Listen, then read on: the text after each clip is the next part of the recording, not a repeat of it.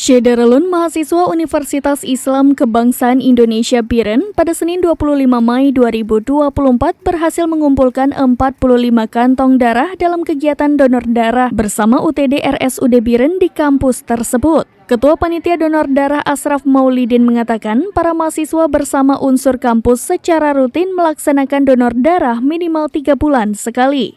Ashraf, mahasiswa semester 4 FEB Uniki, mengatakan bahwa ia bersama 25 rekan-rekannya melakukan koordinasi dengan UTD untuk kegiatan donor darah.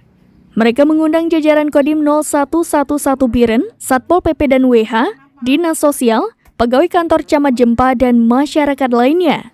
Banyak warga yang datang ingin mendonor darah, namun setelah diperiksa belum bisa melakukan donor karena kondisi kesehatan.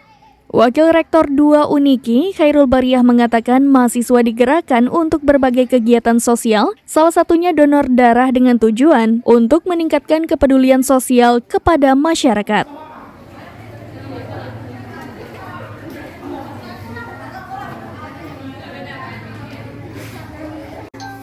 Itu terus buat. Santai ya, agak kanan yang baik. Dari BIRN, Yusmandin Idris, SerambiNews.com. Download Tribun X sekarang, menghadirkan lokal menjadi Indonesia.